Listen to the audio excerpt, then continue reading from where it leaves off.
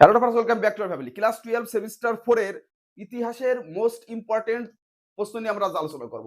6 ইউনিটের যে গুরুত্বপূর্ণ প্রশ্ন তিনটি তোমাদের জন্য থাকছে। দেখো, যদি বাই চান্স আমাদের পরীক্ষা একটু কঠিন হয়ে যায়, সেক্ষেত্রে কিন্তু এখান থেকে অবশ্যই তোমাদের প্রশ্ন পারবে। হ্যাঁ, প্রশ্নগুলো এই জন্য একটু দেখে যেও। তো দেখা যাচ্ছে আমরা প্রথমে যে প্রশ্নটা আলোচনা করব আগরতলা ষড়যন্ত্র মামলা, 2 নম্বরে যে প্রশ্নটা আমরা আলোচনা করব সিন্ধু জল চুক্তি, এবং 3 নম্বরে যে প্রশ্নটা আমরা আলোচনা করব ছিটমহল বিনিময়। চলো প্রথম যে প্রশ্নটা একটু দেখে নেওয়া যাক। দেখো, আগরতলা ষড়যন্ত্র মামলা যদি আমরা দেখি, আগরতলা ষড়যন্ত্র মামলা আমরা দেখবো কি যে পূর্ব পাকিস্তান, পূর্ব পাকিস্তান অর্থাৎ বর্তমান বাংলাদেশ। ভালো করে বোঝার চেষ্টা করবে। এবং এদিকে আছে পশ্চিম পাকিস্তান অর্থাৎ বর্তমানে পাকিস্তান। এই পশ্চিম পাকিস্তানের মানুষ এই বাংলাদেশের উপরে তখনকার সময় বিভিন্নভাবে অন্যায় অত্যাচার করত, অর্থাৎ তাদের দমন পীড়নের একটা দেশ হিসাবে রেখেছিল তারা কাদের, এই পূর্ব পাকিস্তানকে অর্থাৎ বাংলাদেশকে। তো দেখো, এই বাংলাদেশের এই অত্যাচারের বিরুদ্ধে তখন শেখ মুজিবুর রহমান, শেখ মুজিবুর রহমান তখন শেখ মুজিবুর রহমান তিনি কি করেন, 6 দফা দাবি পেশ করেন এই অত্যাচারের বিরুদ্ধে অর্থাৎ পশ্চিম পাকিস্তানের বিরুদ্ধে। তখন এই 6 দফা দাবি যখন পেশ করে, এই 6 দফা দাবি পেশ করাটা পশ্চিম পাকিস্তান অর্থাৎ পাকিস্তান তখন মেনে নিতে পারে না। আবার তখন পূর্ব পাকিস্তান অর্থাৎ বাংলাদেশ কি করে, ভারতের আগরতলায় প্রায় 36 জন বিভিন্ন সামরিক এবং বেসামরিক প্রতিনিধিদের নিয়ে একটা মিটিং এর আয়োজন করে।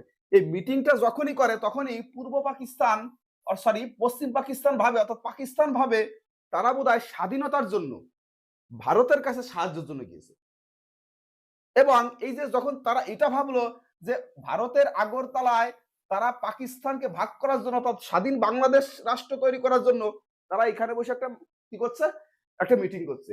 তখন কি করলো পশ্চিম পাকিস্তান কি করলো, এই শেখ মুজিবুর সহ প্রায় 36 জনকে তাদের উপর একটা মামলা দায়ের করে দেয়। এই মামলাটা ইতিহাসে আগরতলা ষড়যন্ত্র মামলা নামে পরিচিত। চলো দেখা যাক বিস্তারিত। দেখো কি বলেছে, আগরতলা ষড়যন্ত্র মামলা ছিল পূর্ব পাকিস্তানের বর্তমান বাংলাদেশ স্বায়ত্তশাসন আন্দোলনের ইতিহাসে একটি গুরুত্বপূর্ণ ঘটনা। 1968 সালে পাকিস্তানের সরকার এই মামলা দায়ের করে। 1968 সালে, ভালো করে দেখো ব্যাপারটা।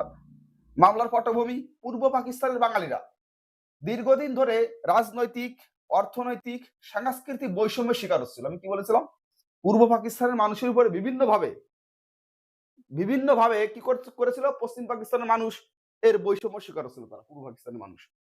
এই পরিস্থিতিতে বাঙালির অধিকার আদায়ের জন্য শেখ মুজিবুর রহমান 6 দফা দাবি উত্থাপন করেন।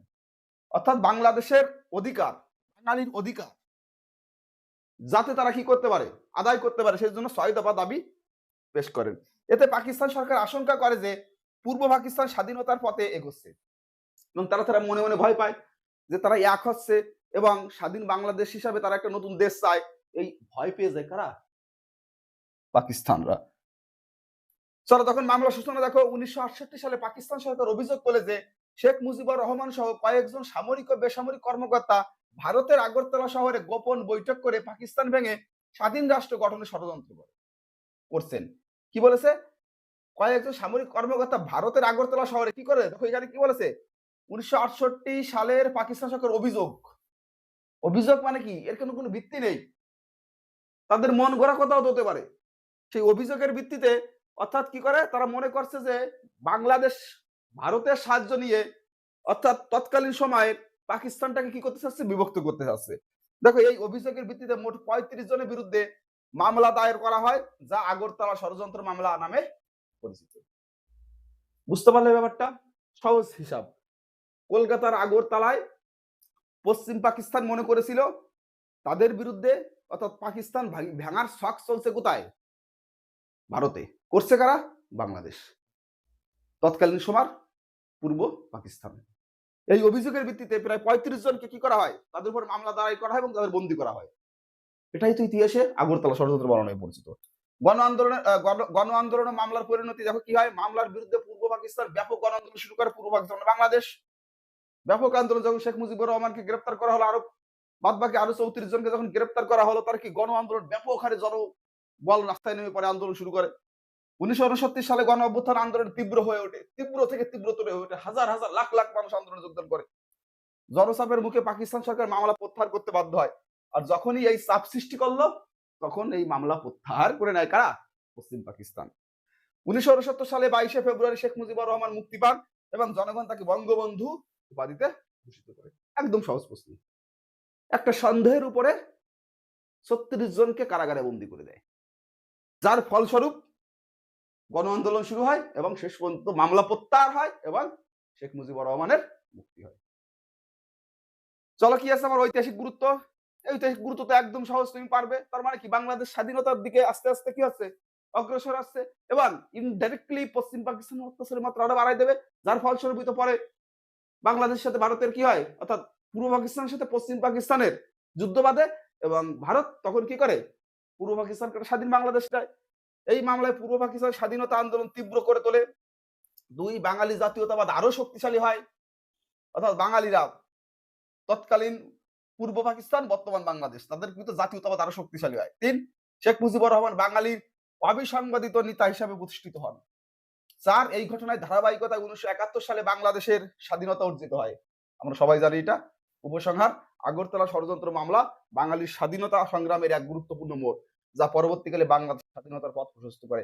তাহলে আমরা যদি আগরতলাটা ভালো করে মাথায় রাখি, আগরতলা, ভারতের আগরতলায় একটা কি করেছিল? অভিযোগ করেছিল কারা? পশ্চিম পাকিস্তান, যে এখানে পাকিস্তানকে ভাঙার ষড়যন্ত্র চলছে। তার বিনিময়ে যে 35 জনকে গ্রেপ্তার করলো, সেই গ্রেপ্তারকে কেন্দ্র করে আগরতলা ষড়যন্ত্র মামলা। তারপরে কি, এখানে আমাদের ঐতিহাসিক গুরুত্ব রয়েছে, অর্থাৎ এদের ছাড়ানোর জন্য তো তখনকার সময় বাংলাদেশ মানে পূর্ব পাকিস্তান তারা তো আন্দোলন অবশ্যই করবে এবং আন্দোলন করে তারা কি নিজেদের দেশটাকে শেষ পর্যন্ত কি করে রাখলো? স্বাধীন করে রাখলো। তাই তো ইতিহাস আগরতলা ষড়যন্ত্র আমরা স্মরণীয়।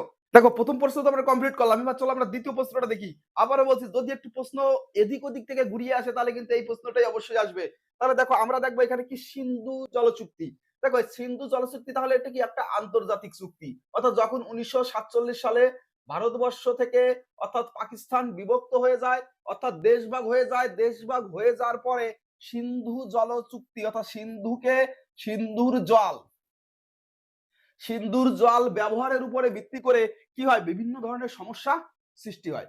এই সমস্যা সৃষ্টিজনিত কারণে আমরা দেখতে পাবো 1960 সালে পাকিস্তানের রাষ্ট্রপতি আইয়ুব এবং ভারতের প্রধানমন্ত্রী জওহরলাল নেহেরু কি করে? একটা চুক্তি স্বাক্ষরিত করে, আন্তর্জাতিক চুক্তি, যেটা ইতিহাসে কি নামে পরিচিত? সিন্ধু জল চুক্তি নামে পরিচিত। চলো আমরা দেখে আসি বিস্তারিত। দেখো কি বলেছে, দেখো এখানে সিন্ধু জল চুক্তি ছিল ভারত ও পাকিস্তানের মধ্যে নদীর জলবন্টন সংক্রান্ত একটি গুরুত্বপূর্ণ আন্তর্জাতিক চুক্তি। ভারত এবং পাকিস্তানের ভিতরে কি নিয়ে? জলবন্টন, জল কতটুকু কে পাবে, সেটাই ছিল কি ইতিহাসে। দেখো, 1960 সালের 29শে সেপ্টেম্বর এই চুক্তি স্বাক্ষরিত হয়। স্বাক্ষরিত কত সালে? 1960 সালে 19শে সেপ্টেম্বর। দেখো, চুক্তির পটভূমি 1947 সালে ভারত ভাগের পর সিন্ধু নদ অববাহিকা অর্থাৎ সিন্ধু নদ অববাহিকার জল ব্যবহার নিয়ে ভারত ও পাকিস্তানের মধ্যে বিরোধ সৃষ্টি হয়। এই সমস্যা সমাধানের জন্য বিশ্ব ব্যাংক মধ্যস্থতা করে, অর্থাৎ সমস্যা সমাধানের জন্য কে এগিয়ে আসে? বিশ্ব ব্যাংক এগিয়ে আসে। দেখো, আমরা দেখবো চুক্তি স্বাক্ষর একটু আগে তোমাদের বললাম যে 1960 সালে পাকিস্তানের প্রেসিডেন্ট কে? আইয়ুব খান এবং ভারতের প্রধানমন্ত্রী কে?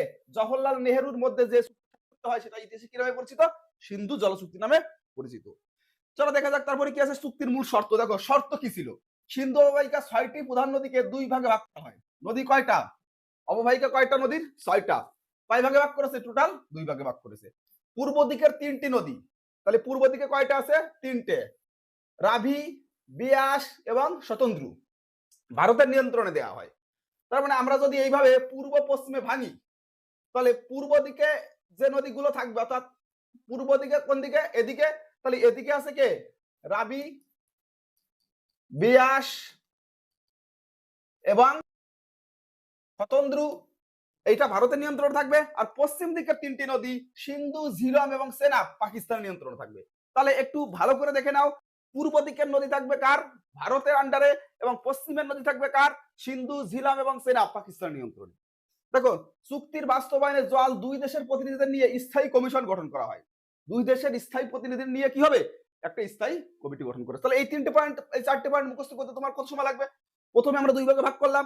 পূর্ব দিকে চলে গেল কোন কোন ভারতের দিকে, এবং পশ্চিম দিকে চলে গেল কার দিকে, পাকিস্তানের দিকে। পূর্ব দিকে কোন কোন নদীগুলো আছে মুখস্থ করে নাও, এবং পশ্চিম দিকে কোন কোন নদীগুলো আছে তাড়াতাড়ি একটু দেখে নাও। দেখো তারপরে কি হয়েছে, ঐতিহাসিক গুরুত্ব, এটি ভারত ও পাকিস্তানের মধ্যে অন্যতম সফল ও দীর্ঘস্থায়ী চুক্তি। ভারত ও পাকিস্তানের মধ্যে অন্যতম সফল এবং সব থেকে দীর্ঘস্থায়ী একটা চুক্তি। দুই দীর্ঘদিনের জলবিরোধ শান্তিপূর্ণ সমাধান সম্ভব হয়।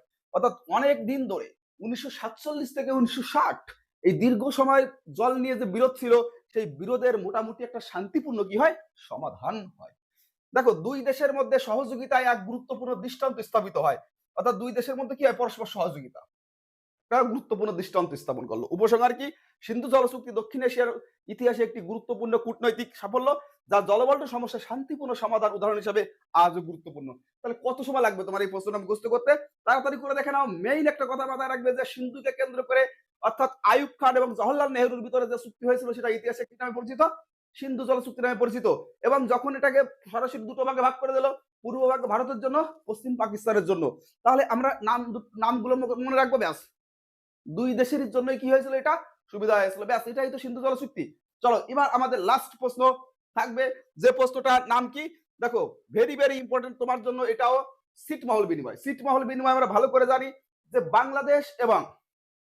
বাংলাদেশ এবং ভারতের ভিতরে অর্থাৎ যে সমস্ত জনগণ ছিল, সেই জনগণের বর্ডার এলাকায় বেশ কিছু পরিবার ছিল, তারা না দাবি করতে পারছিল ভারতবর্ষের, না তারা দাবি করতে পারছিল কি বাংলাদেশের। তাহলে এই যে যে মানুষগুলো আছে, যে তারা বাংলাদেশের নাগরিক নাকি ভারতবর্ষের নাগরিক, এই নিয়ে যে বিরোধ দেখা যায়, সেই বিরোধী অর্থাৎ কি ছিটমহল। দেখো এখানে যদি আমরা দেখি, ছিটমহল বিনিময় ছিল ভারত ও বাংলাদেশের মধ্যে সীমান্ত সমস্যা সমাধানের একটা ঐতিহাসিক চুক্তি। সীমান্ত সমস্যা দেখো দীর্ঘদিন ধরে দুই দেশের সীমান্তে অবস্থিত ছিটমহল বা এনক্লেভ গুলো প্রশাসনিক জটিলতা ও মানবিক সমস্যা সৃষ্টি করেছিল। পটভূমি, ভারত বিভাজনের সময় 1947 কিছু এলাকা এক দেশের ভিতরে অন্য দেশের অংশ হিসাবে থেকে যায়। এই বিস্তীর্ণ ভূখণ্ডগুলিকে ছিটমহল বলা হয়। ভালো করে বোঝার চেষ্টা করে, কি বলেছে যে ভারত যখন বিভাজন করা হলো, অর্থাৎ পাকিস্তান আর ভারতবর্ষ, অর্থাৎ কত সালে, 1947 সালে, দেখো বেশ কিছু এলাকা এক দেশের ভিতর অন্য দেশের অংশ, অর্থাৎ দেশ এক কিন্তু অন্য দেশের অংশ কিছুটা কি করলো, তার ভিতরে ঢুকে গেল। এই অংশটাকে কি বলা হচ্ছে, ছিটমহল। দেখো এগুলো বাসিন্দারা নাগরিক অধিকার, শিক্ষা, স্বাস্থ্য, প্রশাসনিক সুবিধা থেকে বঞ্চিত ছিল। তারা সব ধরনের, আর কোন দেশে তারা কি বলবে আমরা কোন দেশের নাগরিক, তাদের তো কোনো দেশেরই তারা নাগরিক না। তার কারণে তারা কি পাচ্ছে না, নাগরিক অধিকার পাচ্ছে না, শিক্ষা পাচ্ছে না, স্বাস্থ্য পাচ্ছে না, প্রশাসনিক সুবিধা পাচ্ছে না, সব থেকে বঞ্চিত ছিল। দেখো চুক্তির সূচনা 1974 সালে ইন্দিরা গান্ধী ও শেখ মুজিবুর রহমানের মধ্যে একটি সীমান্ত চুক্তি স্বাক্ষরিত হয়, যা ইন্দিরা মুজিব চুক্তি নামে পরিচিত। তবে বিভিন্ন কারণে এটি দীর্ঘস্থায়ীভাবে কার্যকারী হয়নি। তাহলে 1974 সালে। দেখো তারপরে দেখো চুক্তির বাস্তবায়ন 2015 সালে দুই দেশের মধ্যে ছিটমহল বিনিময় কার্যকর হয়। মোট তার মানে কি কত সালে, 2015 সালে। তারপর দেখো মোট 162টি ছিটমহল বিনিময় করা হয়। তাহলে মোট কয়টি, 162টি। কত সালে বিনিময় করা হয়, 2015 সালে। ভারত প্রায় 51টি ছিটমহল এবং বাংলাদেশ প্রায় 111টি ছিটমহল পায়। তাহলে ভারতের কয়টি ছিল, 51টি, বাংলাদেশের কয়টি ছিল, 111টি। যোগ করে দেখো হবে কয়টি, 162টি। তাহলে আমরা যদি একবার বিনিময় দেখি, 2015 সালে বিনিময়টা হয়, ভারতের ভিতরে পরে কয়টি, 51টি, বাংলাদেশের পরে কয়টি, 111টি। দেখো দুই বাসিন্দাদের নাগরিকত্ব বেছে নেওয়ার সুযোগ দেওয়া হয়। বাসিন্দাদের নাগরিক কোন দেশে যাওয়া তুমি, তো সেই সুবিধা দেওয়া হয় কাদের, নাগরিকদের। তাহলে দেখো ঐতিহাসিক গুরুত্ব, আর ভাই গুরুত্ব তো তোমার পড়া লাগবে না। যারা ছিটমহল তাদের তো এইটার সমস্যা ছিল, সেই সমস্যা যখন সমাধান হলো, তার মানে কি একটা শান্তিপূর্ণ সমাধান হলো। যে সমস্ত নাগরিক ছিল তারা তাদের অধিকার বুঝে পেল, তারা শিক্ষা, প্রশাসনিক সুবিধা প্রত্যেকটা এখন তারা স্বাধীনভাবে পেয়ে যাবে। তার মানে কি এগুলোই তো সুবিধা। দেখো কি বলেছে, দীর্ঘদিন সীমান্ত সমস্যা শান্তিপূর্ণভাবে সমাধান হয়, ছিটমহলের বাসিন্দারা নাগরিক অধিকার লাভ করে। তুমি তো নিজেও পারবে এটা লিখতে। তারপরে কি বলেছে, ভারত ও বাংলাদেশ সম্পর্ক আরো সুদৃঢ় হয় এবং আন্তর্জাতিক কূটনীতি এটি একটি সফল উদাহরণ হিসেবে স্বীকৃত। উপসংহার, ছিটমহল বিনিময় চুক্তি দুই দেশের বন্ধুত্বপূর্ণ সম্পর্ক ও মানবিক সমস্যার সমাধানের এক গুরুত্বপূর্ণ দৃষ্টান্ত। মানবিক সমস্যা কেন বলেছে, কারণ কি যারা ছিটমহলের ভিতরে ছিল তারা তো শিক্ষা থেকে বঞ্চিত হচ্ছিল, তারা তো চিকিৎসা থেকে বঞ্চিত হচ্ছিল, তারা তো প্রশাসনিক সুবিধা থেকে বঞ্চিত হচ্ছিল। তো তার মানে কি এই মানুষগুলোই তো বিপদে ছিল। ভারত এবং পাকিস্তানের যে ছিটমহল সমস্যা, আলটিমেট ভোগান্তিতে ছিল কি জনগণ। তাহলে সেই জনগণের যে মানবিক সমস্যার সমাধান হলো এক গুরুত্বপূর্ণ দৃষ্টান্ত যা দক্ষিণ এশিয়ার ইতিহাসে বিশেষ গুরুত্ব বহন করে। ভিডিওটা কেমন লাগলো তোমাদের? দেখো, রাত পহলেই সকালে তোমাদের ইতিহাস পরীক্ষা। একটা কথা ভালো করে মাথায় ঢুকিয়ে রাখো যে পরীক্ষাটা অবশ্যই তোমার ভালো করে দিতে হবে। যদি প্রশ্ন একটু ঘুরিয়েও আসে, যদি একটু ঘুরিয়েও প্রশ্ন আসে, তাও তোমার অ্যান্সার দেওয়ার চেষ্টা করতে হবে। একটা কথা মাথায় রাখবে যে তুমি যদি পরীক্ষায় চাপে পড়ে যাও, তোমার বন্ধুরাও অবশ্যই চাপে থাকবে। তার জন্য তুমি একটু খারাপ লিখলেও, অর্থাৎ তুমি যদি কোনো প্রশ্নের সাথে রিলেটেড করে যে না এই প্রশ্নের উত্তর অনেকটা এরকমই হতে পারে, তাও যদি তুমি লেখো তাহলে অবশ্যই তুমি ভালো মার্ক পাবে। আমাদের অনেক সময় কি হয় যে প্রশ্ন বেঁধেছে, এটা হবে উত্তর না ওটা, এটা ভেবে আমরা প্রশ্নটা লিখিই না। তাহলে মাথাটা ঠান্ডা করে অ্যান্সারটা সুন্দর করে লেখো, অবশ্যই তোমার পরীক্ষা ভালো হবে। যদি ভিডিওটা ভালো লাগে অবশ্যই লাইক, কমেন্ট এবং সাবস্ক্রাইব করবে। ধন্যবাদ।